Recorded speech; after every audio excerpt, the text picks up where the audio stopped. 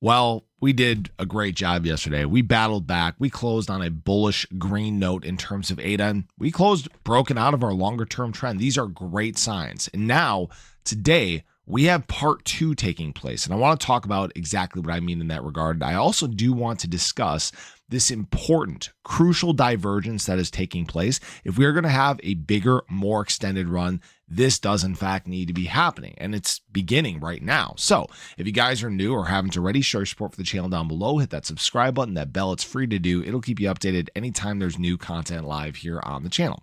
So yes, we did in fact finish on a green note for ADA. This is a hammer candle, guys. This is bullish.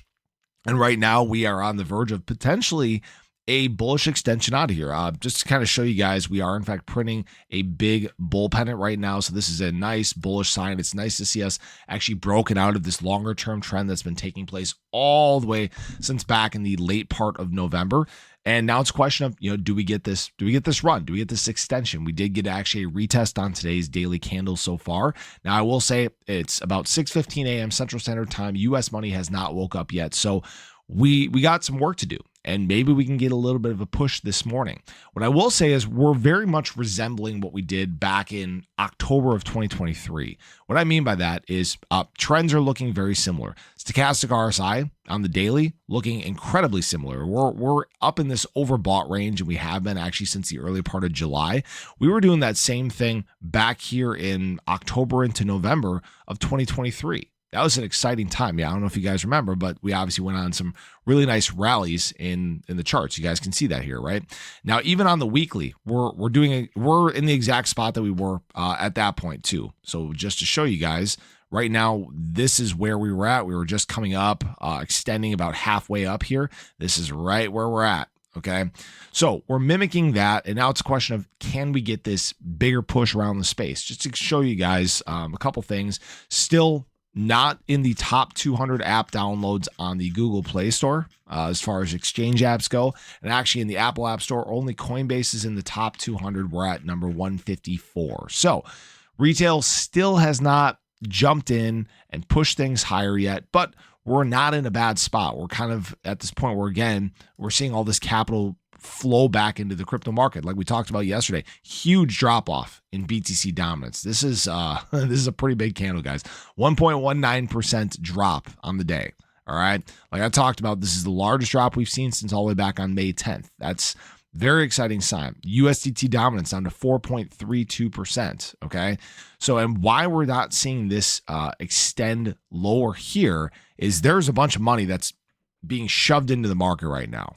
And a lot of people are missing that. Huge injections of liquidity. So that's definitely something to watch. And people are preparing to buy. They are buying a lot of things. Actually, we're at $3.7 trillion in terms of the global market cap of crypto. We're trying to fight this breakout. We're so close to this extension out, guys.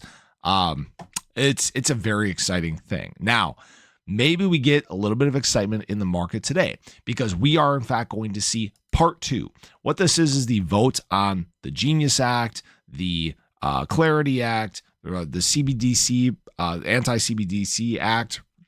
Now, we obviously know that this got rejected yesterday in the House, and Donald Trump actually met with 11 of the 12 congressmen and women that were actually voting against it. Now, this is it sounds like they're going to be voting in favor of it. We'll see what happens if this does take place today, but it looks like there is going to be a vote that is held this morning. So hopefully we can get a little bit of a positive push from that. We'll have to just watch, wait, and see what happens. But yeah, the fact that the rejection of this caused a drop in the market, I would think if it passed, it could cause a little bit of excitement in the market. We're still at the point where, again, there's this big concentration of shorts. They're trying to push everything down. We're floating near record highs in terms of open interest in the crypto market. So yes, a pop of excitement. I mean, we could very easily see ADA break past 78 cents and be on a run towards 85. Not saying that's going to happen for sure, so don't put words in my mouth.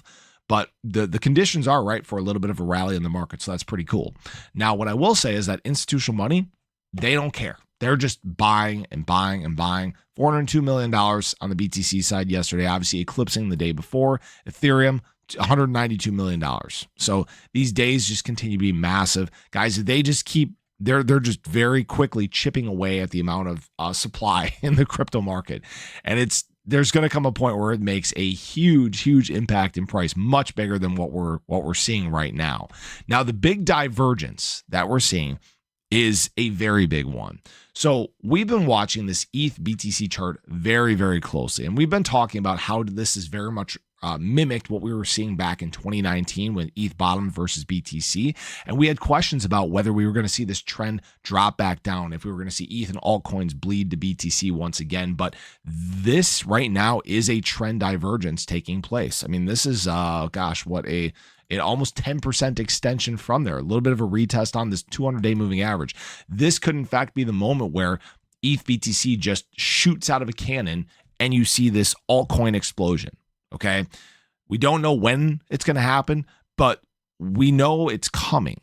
And one of the reasons why ETHBTC is going to go on a rally is just look at what institutional players are doing. There is a huge presence in terms of ETH buyers right now. There is becoming a very large ETH shortage. So that is when you tend to see ERC20s run. That is when you tend to see things like ADA go on runs. So it's all, I mean, it couldn't be setting up more perfect. All we have to do is just sit, watch, and wait. And I will say this, yes, there will be some times of red. There will be some selling. It's not a surprising thing. Anybody that's getting bearish right now, again, like I said in my video yesterday, I don't know what to tell you. Right now is probably one of the most exciting times to be in crypto, right before regulation, right before rate cuts, right before QE. Retail's not even paying attention yet. And we're all just positioned perfectly. Did want to show you guys, I still do have all my long positions open. Nothing's changed since yesterday. I don't know how my XLM position is down 15%. I could have timed that just a little bit better yesterday. But my ADA long is still open. That's 344%. And again, if you guys do want to trade on leverage, just understand that there is risk in doing so, but you can use BTCC or Margex. You can earn up to $10,000 in deposit and trading bonuses. So those links will be in the description below for you guys, but I appreciate you as always. We'll see how the day goes. Hopefully no big negative surprises, but PPI this morning, don't forget about that. That's going to be 7:30 a.m. Central Standard Time, but have a great day. Show your love below. Catch you guys in the next one. Take care.